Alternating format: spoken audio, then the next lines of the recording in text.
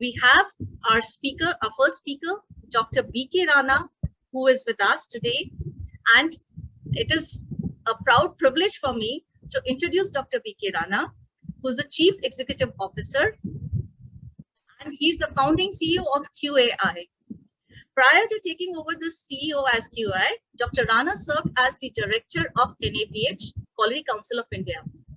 He served International Society for Quality in Healthcare, that is ISQA, as the elected Vice Chairman.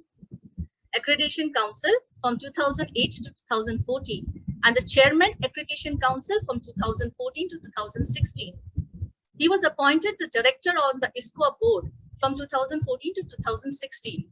Concurrently, he served as President of Asian Society of Quality in Healthcare, that is ASQA, in 2011 and 12, and now serving as a Director on its board and Chairman, the Technical Committee.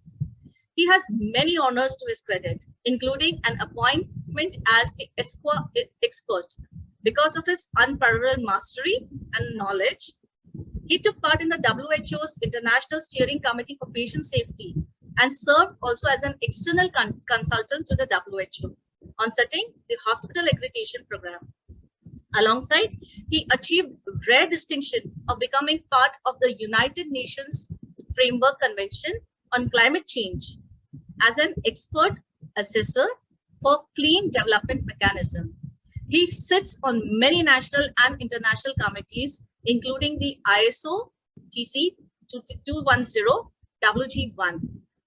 It's a pleasure for me to invite Dr. B.K. Rana. Thank you, Dr. Rana, for joining. And we are going to have Dr. Rana's session on introduction to risk management in medical laboratories. Over to you, Dr. Rana. Thank you very, very much, Kaho, for inviting me, Dr. Aparna, Dr. Santwana, for having me with specific CDE, which you guys doing on continuous, development programs on different topics, particularly for lab medicine. And so I'm just talk about the introduction to risk management. It was a challenge to work upon some slides because the topic is here and there are 3-4 speakers topping, so it should not be crossover too much. So I decided to take a high level of overview. Just a little bit on where I work currently. You heard about PAST. I'm heading QAI, which is the first private healthcare accreditation body in India. We run a couple of verticals, including the medical laboratory accreditation program as my earlier organization, NABL, long back, 1999 to 2006. So we provide laboratory accreditation as per international standard ISO 15189. And that is what precisely I want to say specifically why I put this slide up is and Dr. Venkateshwar, I'm sure, would be agreeing, when we talk to the laboratories and individuals, and we talk about accreditation, and people say the accreditation standard is NABL. So it's not about accreditation body, NABL, QAI, CAP, or anything, but it's more on what we are trying to achieve. So we should be knowing about the standards which are used for accreditation or quality improvement, and that is ISO 15189. So the accreditation is granted against this set of standards for a set of specific tasks a laboratory is getting engaged in. So it's not an accreditation body standard, at least in ISO world. There are the accreditation body standard in healthcare, like we have an NABH, we have a certification program for medical laboratory. We also have a recognition program for medical laboratories against with clinical establishment requirement, which prescribe minimum requirement for basic, medium, and advanced laboratories.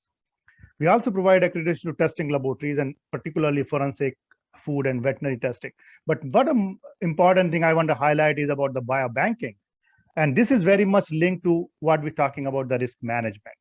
So this is the standard which I saw in technical field, ISO 20387, which is published in 2018, but adopted as an accreditation standard by ILAC and APAC now, just last, a couple of months back. And QI became the first accreditation body to start biobanking accreditation program in India and become the third accreditation body in whole of Asia Pacific after A2LA, US, and CNAS in China. And we are going to get the first accreditation in maybe this week, which is National Liver Disease Biobank set up by DBT and ILBS. So this is standard biobank has really great focus on risk management because it talks about biobanking of different biological products, which coming from human, plants, animals, microbes. But the risk management is very, very important because you are going to provide a biological material with associated data to researchers for developing vaccines, medicines, and so many other things. We also provide just develop standards for veterinary hospitals and clinics on the request of Department of Animal Husbandry and Rearing. On healthcare side, we provide a couple of programs. A list is quite long, 12 programs, which are in different specialties: IVF, dialysis, green healthcare, emergency department, telehealth, to name a few. And I'm happy to say that today our Honorable Prime Minister launched, Ayushman Bharat digital mission, which is based on National Digital Health Mission. And we developed telehealth standard last year when Mr. Modi launched National Digital Health Blueprint on 15th of August. We are very delighted and happy that with the support of stakeholders, we could achieve a very rare distinction as of now by ISCO accreditation of two sets of standards, dialysis and home healthcare. We become the first and only accreditation body as on today in India having two set standards accredited by ISCO. Now, coming to the topic of ISO 15189, linking with the ISO standards as well as risk management. As we know, just to give because we have a lot of technologists and lab medicine professionals over here, just to give a little background on it, because that's very, very important to understand the glimpses as well as what has gone in the past to come to the latest stage. So medical laboratories accreditation, as per ISO 15189, started world over in 2003, when for the first time ISO TC 212 Technical Committee of ISO developed standard and published in 2003.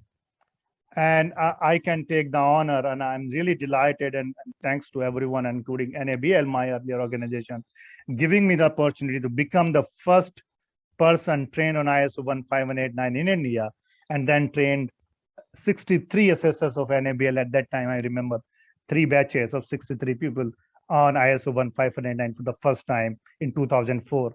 And we started accrediting laboratories as per ISO 15189. Prior to ISO 15189, we use only ISO IC 17025 standard for medical laboratory accreditation.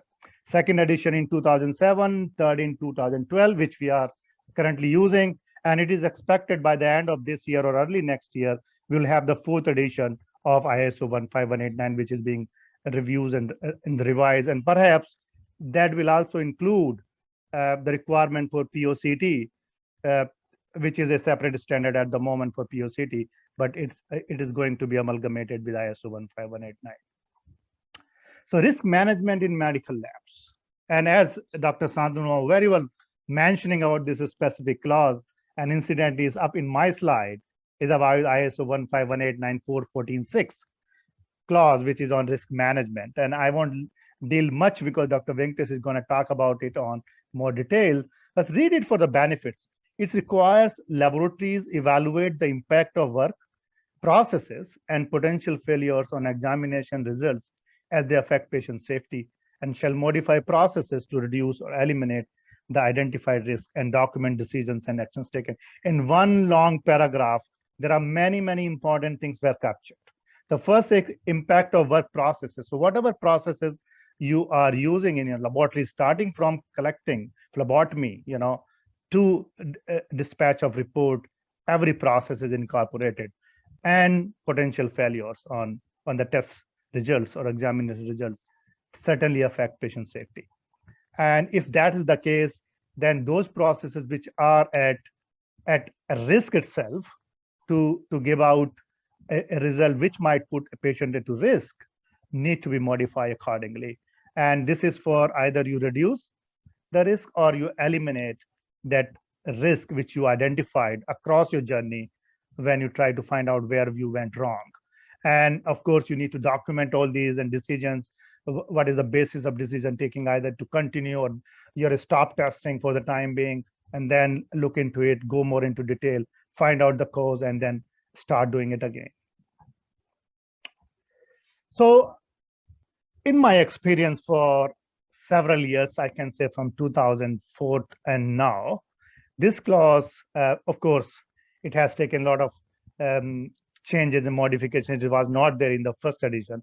This was corrective action, preventive actions, and so on. So this clause has been come in, and in my opinion, it's just my opinion, I found it one of the least understood clause in ISO 15189.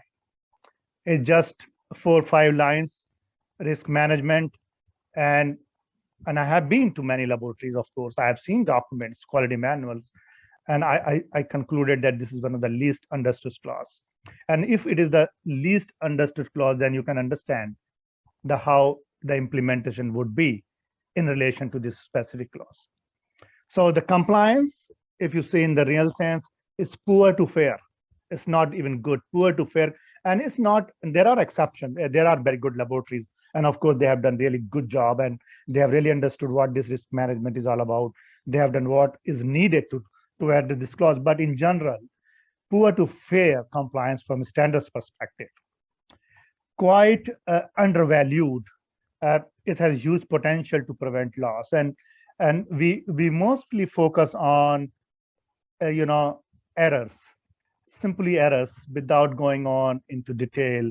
And this topic, the risk management itself, have great potential to capture those things which you are not in a way look at it in your usual business, or even trying to find out. So because it's not well understood, and therefore it has not been potentially upgraded to the next level to get the maximum benefit of this system. Most important, to ensure patient safety, and this is the clause as I read for you, is ultimately the results which the patient's going to receive, and based on which a clinician are going to make decision about treatment, has a larger impact.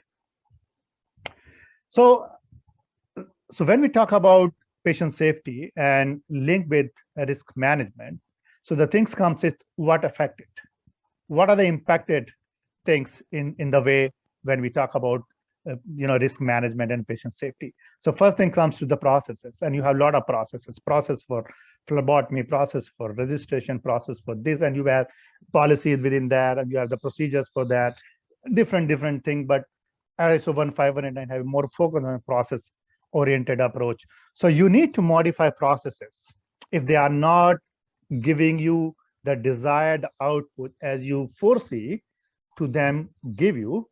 So you need to reduce, you need to modify in order to reduce or eliminate the identified risk. So the key point is identified risk. And a little later, I'll capture on what do you mean by identified risk. And then, of course, the keyword is potential failures. And it's a potential, it has a potential to happen that way, which we are not expecting at the moment, but it might happen. And if that is the case, then we need to plug it now before it become a real cause or real failure. So to reduce or eliminate the identified risks, which we have just captured on the way towards risk management, the question is how to do that. How you identify those risks which might put you in risk as well. And then in case you are able to identify, then how you work toward reducing or eliminating those risks so that you remain safe, and your patients remain safe, your system remain robust. So to capture some of the things and giving the cross references of a couple of good standards, which are very helpful in understanding the larger perspective, as well as going deep down into the risk management metrics, is about ISO 22367-2020. And this ISO 22367, before publishing as an international standard in 2020, just last year, was a technical specification, ISO TS 22367. But now it's a full-fledged standard for medical laboratories, and which talks about application of risk management specific to medical laboratories. So how the risk management, taken care in the broader sense, it has a great content to really identify and really understand what this risk management is all about. So I would definitely encourage all of you to get a glimpse of it. Then again, a standard comes ISO 31000, which is again published in 2018, the latest standards, which is on risk management and the guidelines. So this is merely guidelines, but it's not a certification standard. People earlier thought that it's a certification standard for risk management. It's not. is merely a guideline document, not to be certified against it. But again, a standard comes up which elaborate more on that. It's called risk assessment techniques. So how you can really assess the risk, when you say identify risk, then how you assess risk, it is 31,010. So IEC 31,010 is a document is on risk management, which elaborate on risk assessment techniques. So in 22367/2020, application of risk management to medical laboratories, it talks about certain things. First, it talks about a process for a medical lab to identify and manage the risk to patients. First is identification of risk, and then if you are able to identify, you can see your enemy coming across, then you can fight against it. Laboratory workers, service providers, so this can be anyone for, it's maybe for patient, for your staff, for your service providers who are providing different services, and that are associated with medical laboratory examination, so examination or testing. So it's about process. The second thing what it includes is about all stages of your examination, just which you take over of.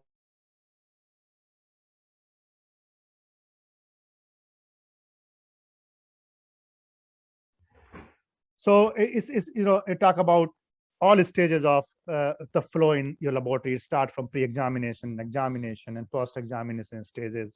It talks about both technical and management processes, as you see in ISO 15189. So what does ISO 22367 not covering? That's also very important when we're trying to capture the sense of risk management. It does not capture everything if you think so. This does not apply to risk from post-examination clinical decisions made by healthcare providers. When the results out of your hand, what the results are being used by a doctor or healthcare facilities for, that does not cover in this part of the standard. This does not apply to the management of risk affecting medical laboratory enterprises, such as the business, economics, legal, and regulatory risks. For that, the appropriate standard is 31,000. So 22367 meant for medical laboratories, but for those risks which are within the laboratory, which are within the premises you capture during pre, post, and during examination, but not outside that. And similar does not capture the business models, your losses for business, or your whether it is financial or legal or any regulatory. It does not. For that, you have to go to enterprise risk management system, which is ISO 31,000. So risk management essentially talks about a couple of steps, and I'm not going to deal in detail again. My expert would be there here talking about that. So it's a planned and systematic process which can be implemented through a very structured framework of first risk management plan. So any organization, including medical laboratory, need to have a risk management plan, and it should be supported by a risk management policy. What's your policy about risk management? Are you really bothered about it? Are you going to think about it in more detail and really work about it? So if you have a policy, you have a plan that how you spread out, you have a risk register, where you capture all your risks. And risk register is basically a live document.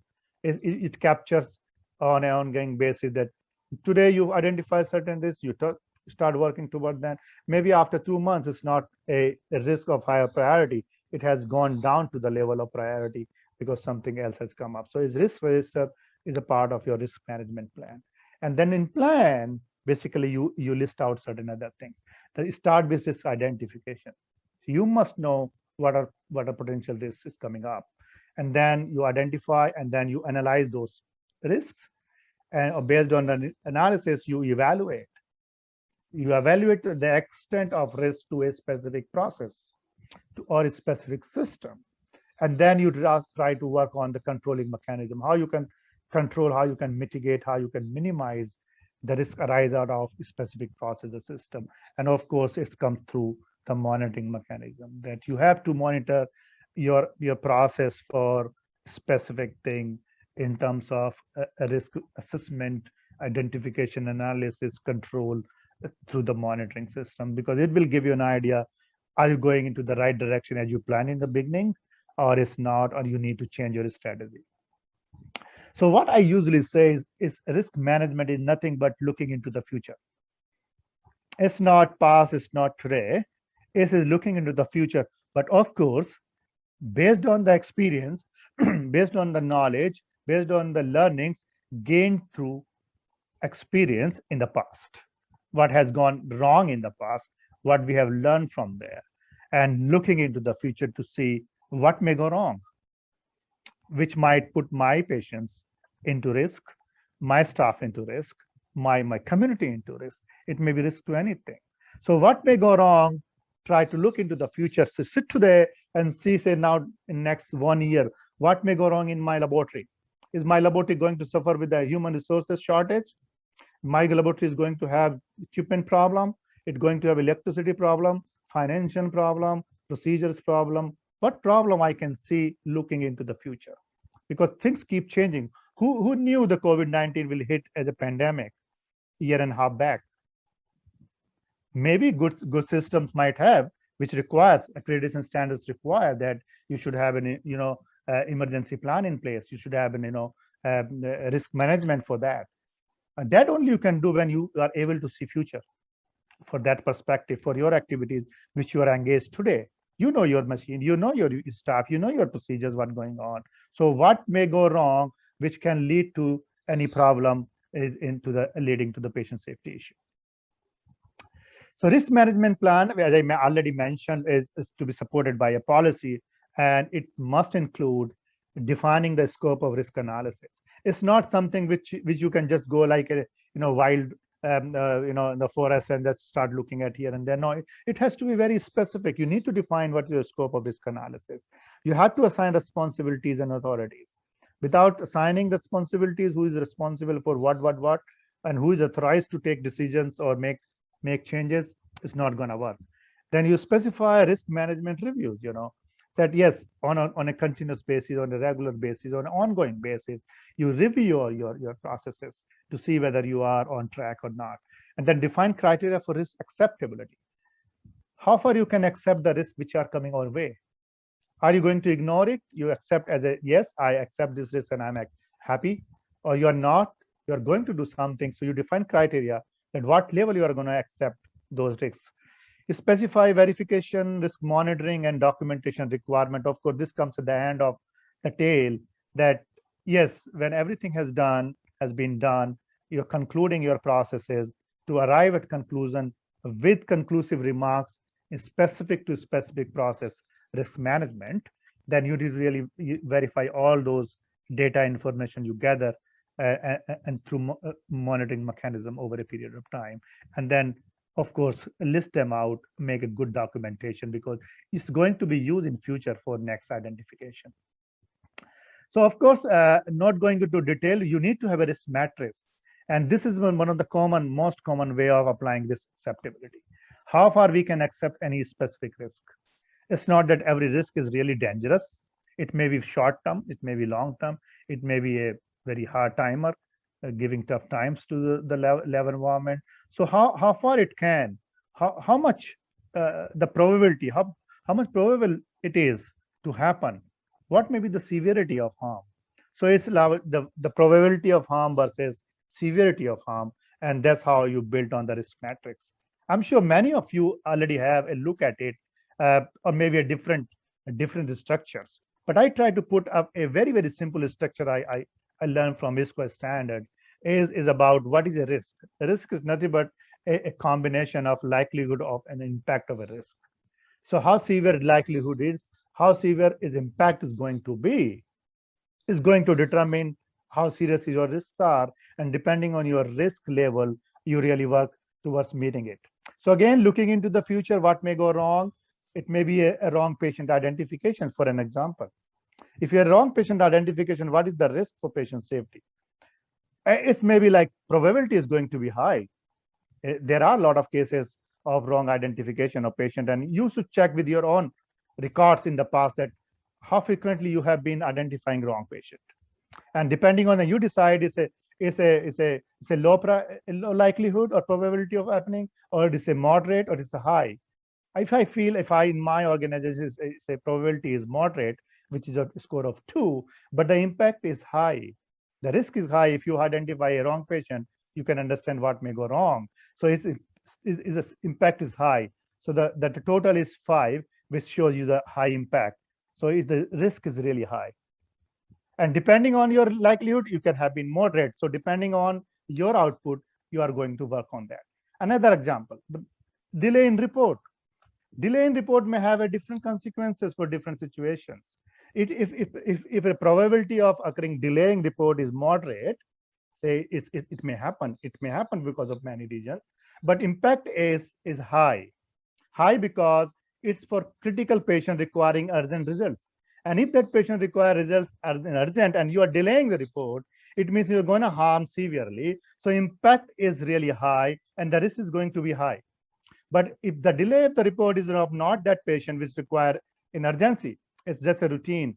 It doesn't matter if you receive a report in a day or two, then your impact is going to be low, the probability is going to be moderate, and your risk is low because 2 plus 1, 3. So you fall into the low category of your risk. So the same thing, same parameter delay in report would have different consequences for different types of situations. And this is what we need to understand. You can't just consider one parameter, everything same for everyone. No, it's not. The different situations, different outcomes, different control mechanism. And this is why many organizations are failing to understand. And that's why I say it is least understood, least exploited clause of ISO 1.5. The key points before I close and say thanks to all of you, the standard will be transitioning from what we have today to a risk-based thinking.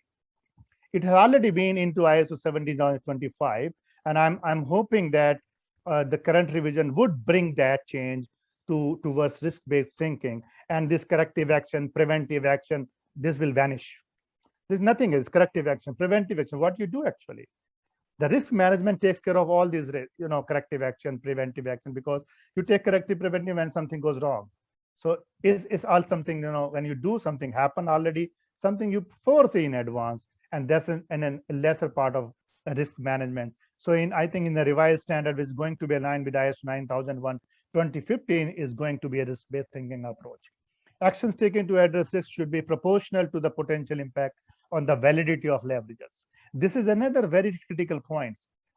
It's not one size fits all, very, very old saying, Similarly, your action, Subhas, addressing a risk should be in consonance with the impact it's going to have. It may not be the same for everything, and that's what the misnomer is. Just take one type of action, whether it is a low, severe, or moderate. You don't care. That's a big problem. One can control risk by eliminating risk sources, changing the likelihood or probability. Yes, this is in our hand as a process or in the laboratory. Sharing the risk, yes, or retaining the risk by informed decision. I am ready to accept this risk and continue for next 1 month because I know its impact is not going to be more than moderate. Either it's going to be low or at the maximum it's moderate. It's not going to be high. I can accept this risk because I know if I try to control that may give several other things. So I'm happy, but that only I can say as a statement when I'm really confident about my processes. And last but not the least, the robust risk management system takes care of most of your problems in the lab. You forget about root causes, errors, these, that, because you have already seen what may go wrong in future. You have already built every system based on that.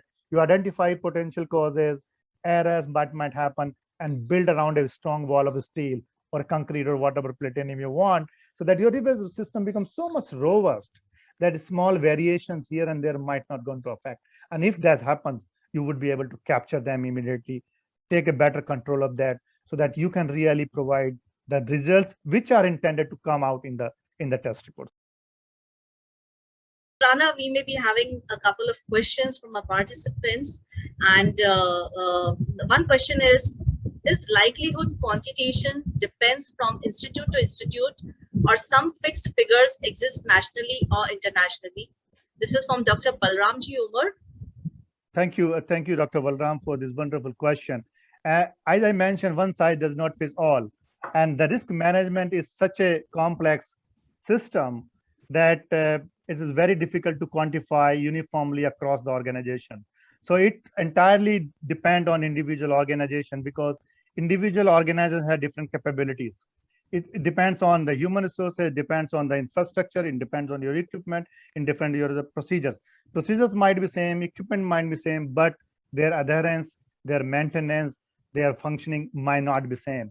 Individuals are totally different, right? We as a human beings, totally different. So there is no specific quantification value assigned. But of course, over a period of time, when you start working on a common agenda of risks, certain risks, you can have some similarities.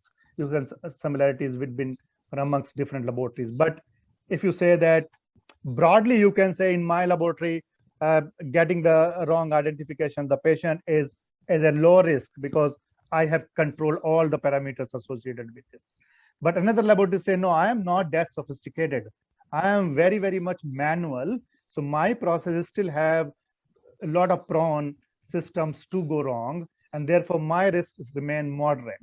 So it depends on what systems, infrastructures, the process you have built around. So the answer to this is it's not a fixed thing, and that is it will definitely vary, and that's the beauty, that it should vary, because then you get the differentiation between you and me, that how robust I control my process over you, or you control over mine. So it's like that. Thank you very much. Thank you, Dr. Rana, for answering Dr. Balram Omar's question. If we have any questions, I would request all the participants to please put it up in the question and answer section so that sir can answer your questions.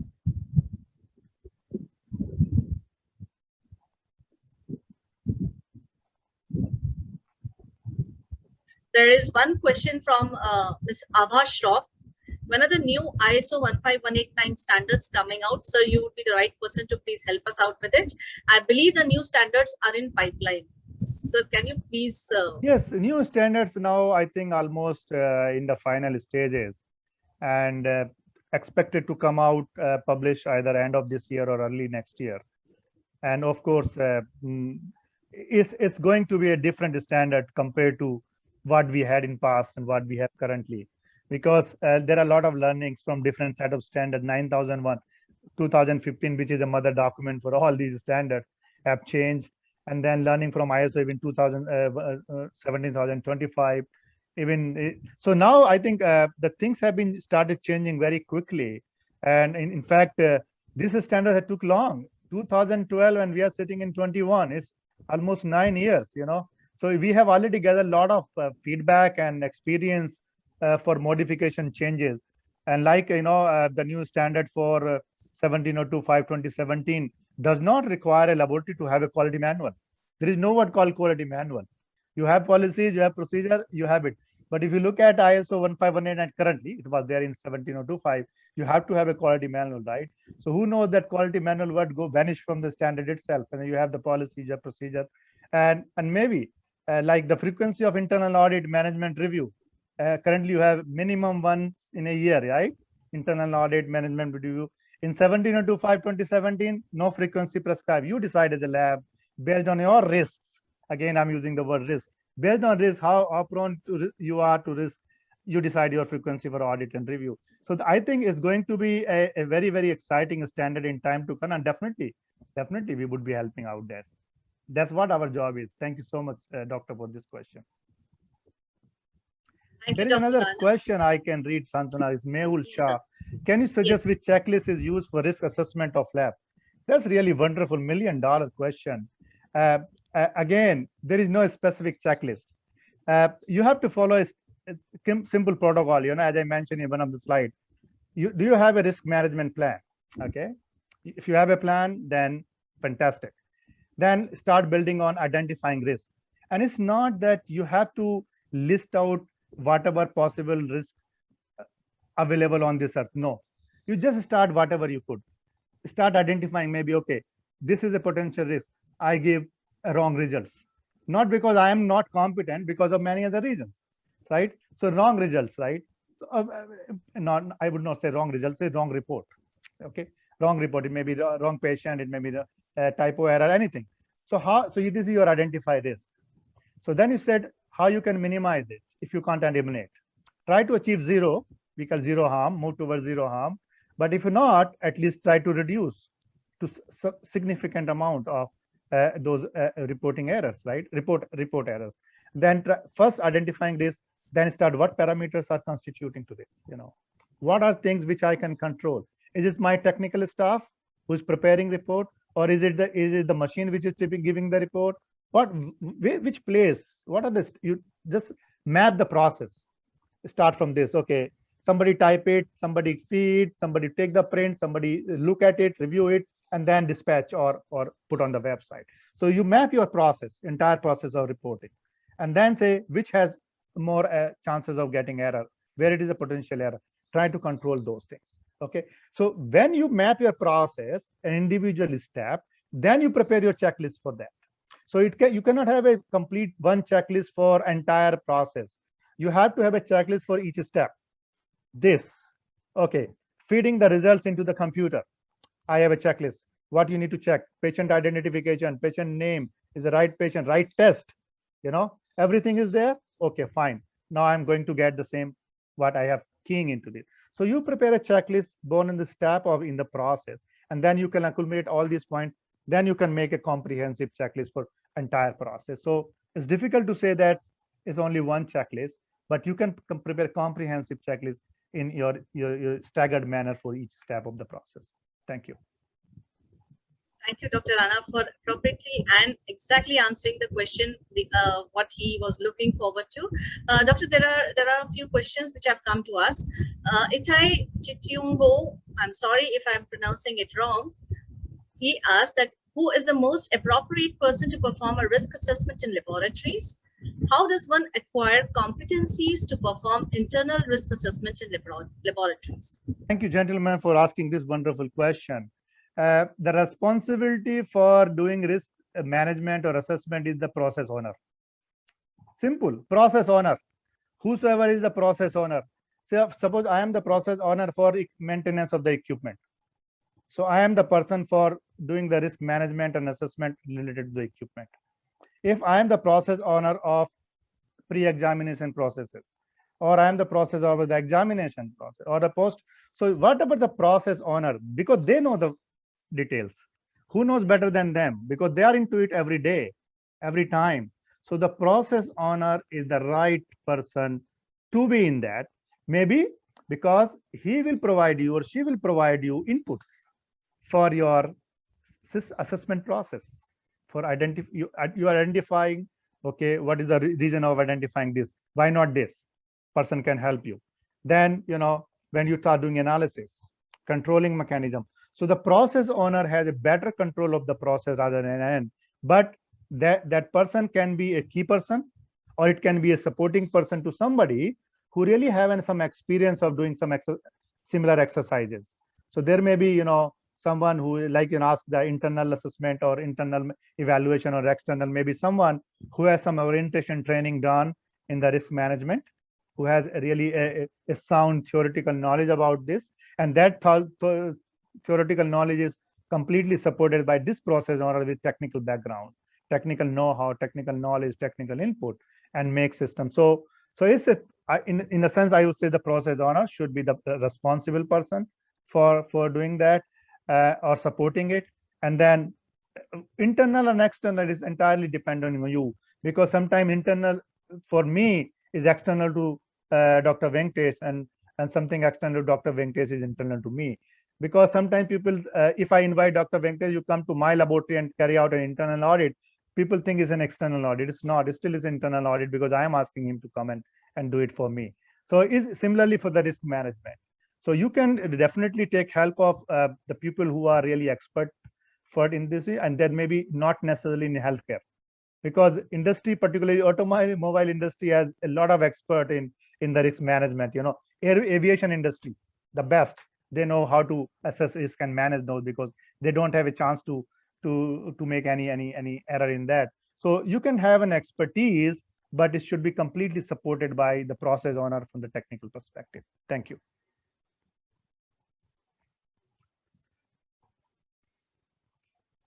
Santwana, unmute Thank you, yourself. sir. Thank you, sir. Fortunately, we have some time, and with your permission, sir, if we can take a couple of more questions. I have another question from Brahm. Clause 4.6.14.6 risk management 15199 does not provide any information for implementations from where we can have. So Brahm, that was the reason I gave you a couple of slides, because this 5 lines of this clause does not actually, it conveys a lot for those who really understand it. And for people who just starting off, and it's not a blame to those, this because they didn't get the opportunity to go into detail. So as I mentioned, the new standard 22367 2020 for medical laboratory risk, risk assessment, you just definitely get a hold of that standard. And then for basics 31,000, that takes care of the complete risk management portfolio for that. So and that will really help you to understand, and then come back to your medical lab and implement those policies and processes for risk identification and management. The risk priority numbers, this called RPN, for high, low, moderate, arbitrary, or have authenticity. Yes, very good question from Somya Julu, if I am not wrongly pronouncing. So risk priority numbers is called RPN. Again, the numbers, you have lower number, means RPN, the low RPN means you have a good system, right? You minimized most factors, and you have a better control on your system. So they are not exactly falling into arbitration or authenticity. It's a mix of both, because it's based on the experience. It's based on a lot of the data and information available right across to the person who is doing this risk analysis and using risk priority numbers in calculating that how it is impacting, what is the priority, what is the likelihood, what is the impact, and how you're going to multiply this to get RPN. So it's not arbitrary, but there may be a little component of arbitration just to get an idea about it. But it has a lot of authenticity because it's based on the data, the information which is coming out of the data which you gather over last several months or even years, and then based on that you arrive at that. So it has some a sense of authenticity based on authentic data. So it's not completely just in the air. It has a lot of scientific based mechanism to talk about. Thank you. So Dr. Sunita Sharma is asking, is it mandatory to show some documents about this for the audit? I'm sorry, I didn't get your question. Sir, the question is from Dr. Sunita Sharma, and the question is it mandatory to show some documentation about the risk assessment for the during the audit? Lovely question. Thank you very much for asking this question. In quality management system, I know only one thing, right? No record, nothing done. Very simple. No record, nothing done. No document, nothing done. You keep crying, you keep shouting, you keep yelling that, no, Dr. Rana, I'm doing it. Every day I'm doing it. Show me the evidence. And very good example, when I say, go to the lab, I ask, how frequently you are measuring temperature of your refrigerator? Sir, every day in the morning and afternoon. Okay, show me the record. Sir, record is not there, but I am doing it. No, you may be doing 4 times, but for me, it is not done.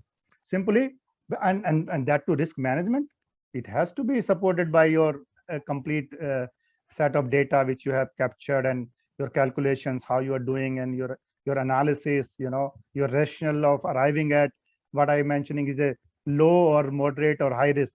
You have to give rationale why you are calling it a low or high or moderate risk. So you have to show that documentation. Merely saying that I am doing it will not be sufficient, and even it is not good for you yourself, because you will not remember what you have done last month. So you have to have a sound documentation of whatever you do in relation to the risk management. Thank you. Thank you, Dr. Rana. There are a lot of questions. We would be taking up the questions even according to the themes that we have with the faculties. There's one question definitely, if I would request you, Dr. Rana, and this is from an anonymous attendee who is asking, who would grade the levels and risk management issues? Who will grade? Yes, doctor. There is no agency per se. Means there are agencies, if you want to call professional agencies, to come and grade what level, but that is not required, because nobody will come and say your laboratory is risk free. I don't think somebody will come and say your laboratory is risk free or it is riskful. No, because it's a subject of too much of variation, as I mentioned in relation to the first question asked by gentleman about the factors responsible for that. So it's not something which you gain outside or gain inside. It's not a grading system or risk on risk, because as I mentioned, the risk is associated with the process. Okay, so whatever process you are having in your laboratory, they all need to be mapped, and they need to be really put into perspective. And then, so at the end of the day, you, based on all those exercises, at the end of the day, you can conclude that your laboratory is able to provide a test report, say in 24 hours. When you say turnaround time 24 hours, have you really calculated the risk of giving the report less than 24 hours? What is the chance of not giving that within 24 hours? And if you have calculated all those parameters, control them, and say no, with 95% confidence level, I can say my all reports will be less than 24 hours. Show me the evidence. I will be happy to accept, because you have done that. So it's not someone comes and can evaluate the entire laboratory. For at least I'm not aware if someone can say your laboratory is totally risk free. There are ways of certification, like you go for some certification for individual systems, which might give you good confidence about what you have been doing. But grading one, level A, level 2, I'm not aware. There may be existing, but I'm just not aware of. Probably, I'm sorry to interrupt, Dr. Rana, but probably I think so. This gentleman wants to ask that whether he's talking about from uneventful to catastrophic is what is the grading that they are talking about. Then we have the matrix for it, and they should go according to the matrix. So that is part of matrix. The colorful slides I have showed, it does entirely depend on that. And again, same thing for the same example, wrong identification of patient. Dr. Venkatesh lab, Dr. Rana's lab, Santwana and Jayalakshmi now in next to me, different. I say mine is very high because I am totally working on the casual laborers, workers who do not know anything, who just know the minimum thing. And Jayalakshmi say, no, my lab is sophisticated, completely automated, no chance of going patient artificially wrong. Fine enough. She demonstrated and says low risk, but mine says high risk. And Santwana says moderate risk. So it's entirely variable. And if that question in relation to is very, very important, that yes, based on the process mapping, based on the system you have, based on how robust a system you have put in place for risk management. Risk management is as an umbrella, which has assessment, identification, analysis, control, whatever A, B, C, D, E. So as I said in the concluding slide, most robust risk management system, you are in happy days. Thank you so much, Dr. Rana, and that was really kind and considerate of you, sir, that we had requested you to answer only 2 or 3 or 4, 5 questions, but we have been going on and you have been answering it to the satisfaction of all the participants over here. So I take this opportunity on behalf of the entire CAHO diagnostic team to thank Dr. Bhupendra Kumar Rana to come over here and speak on the particular topic of introduction of risk management in medical laboratories. Thank you so much, Dr. Rana. Thank you so much. And I think just taken liberty because a very senior person has asked a question, put a remark, Dr. Sujata. Hello, Dr. Sujata. She was very, very important remark. The risk of entirely having a QMS-based risk management is that lab need to have a very good maturity in QMS. Completely agree. And I think if you say we started our journey in 2004 on ISO 15189, in 17 years, if we have we not matured, at least those laboratories who have been part of that for many years. And for new years, for the new laboratories, of course, this standard is going to be very, very nice, very, very friendly. And that's what the beauty is, though it has raised certain bar, but it has been flexible in terms of, so for those laboratories who have been doing rounds of assessment, reassessment for last several years, frequency of internal audit and management review does not matter, right? If they have been essentially doing it, whether they do it every month or every year or 2 years is not going to make a life for them. But for a new lab, it's going to. So it's become flexible for them. And as we say, as a new system, you have more frequent audits so that you know what's wrong with you before Dr. Jayalakshmi from outside comes and hit me hard, So I sit at my home, fix my home properly, and then invite Dr. Jayalakshmi to conduct the audit. So I think the new standard is going to be really good for the new laboratories who are just going to be starting their journey on QMS because it's less. See, till now, what has been happening in the name of corrective and preventing, CAPA. This is the term which I keep hearing, and I know 90% people don't understand. I'm sorry to say that. Don't understand. They say kappa, kappa, kappa. But what is kappa? You have some error, corrective action. You took corrections, corrective action, but the preventive action. Next month you just forget about it. You even never looked back what has gone wrong in there. I'm not saying everyone. Exceptions are always there. Exceptions are always there. But in general, corrective action, preventive, and just becoming like in soapies in your laboratory. So risk management, at least it allows us to think broad. Think about it. Okay, what may go wrong? Look into the future. Thank you very much. Thank you so much, Dr. Rana, for coming and addressing the audience over here. And definitely, I'm 100% sure that all of us have learned a lot. And to start with, this is just the beginning of today's session. And we are all quite enlightened. And we have another 3 sessions to go and a lot to discuss.